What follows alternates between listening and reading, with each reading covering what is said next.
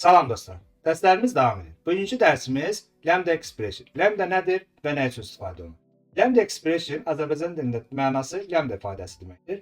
Mütəmadi olaraq biz qısa bir kodlar yazanda, qısa funksiyalar yazanda lambdadan istifadə edirik. Lambdanın intervyuda sizə sual verəndə necə cavab vermək lazım olduğunu bu cür halda cavab versəniz daha rahat olar ki, funksiyanın qısa və adlandırılmamış versiyasıdır.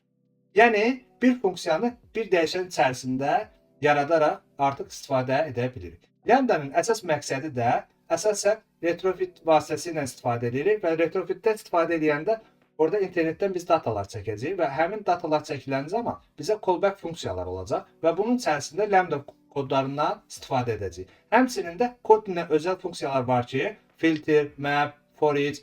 Bunların içərisində də mütəmadi olaraq biz lambdadan istifadə edirik. Lambdanın əsas məqsədi kodu daha qısa eləmək və oxunaqlı eləməkdir. Məsələn, buna uyğun olaraq bir misal yazıram.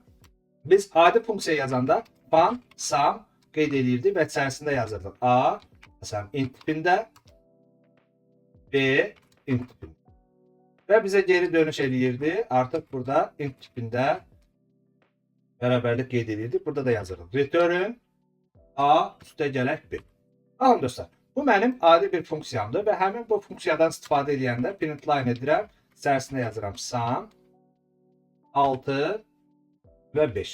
Həmin bu rəqəmləri artıq burada üstə gələrək mənə burada cavabı göstərəcək. Bunun biz lambdada necə istifadə edə bilərik? Bax, burada qeyd etmişəm. Bunu lambdada istifadə etmək üçün bu formada icra edəcəyik. Biz bunun sadə yolu da var. Həmçinin də bu formada var ki, biz bunu mütəmadi olaraq bəzi proqramistlər fərqli istifadə edirlər. Ona görə də mən hər ikisini də sizə başa salacağam ki, artıq qarşınıza çıxanda o həmin kodu oxuya biləsiniz. Məsələn, biz buna uyğun olaraq, məsələn, kodu yazaq ki, eyni bu funksiyamıza uyğun, məsələn, yazıram, var, məsələn, sum 1 olsun.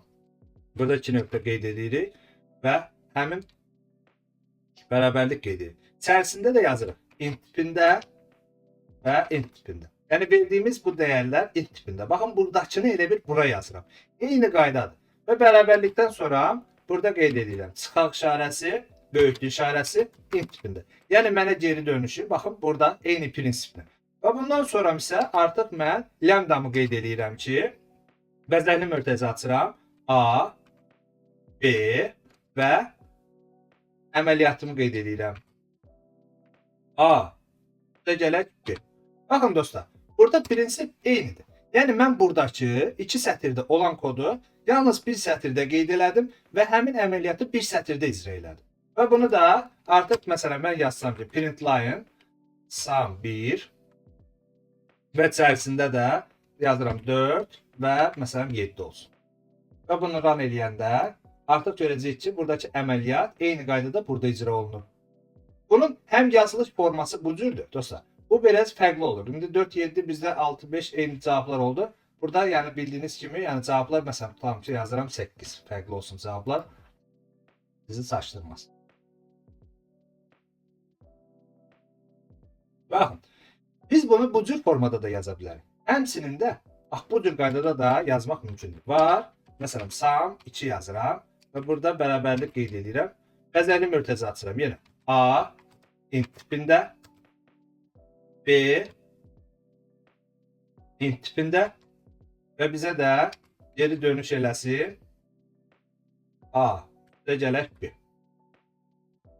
Və burada da yazıram, print line edirəm. Sum 2.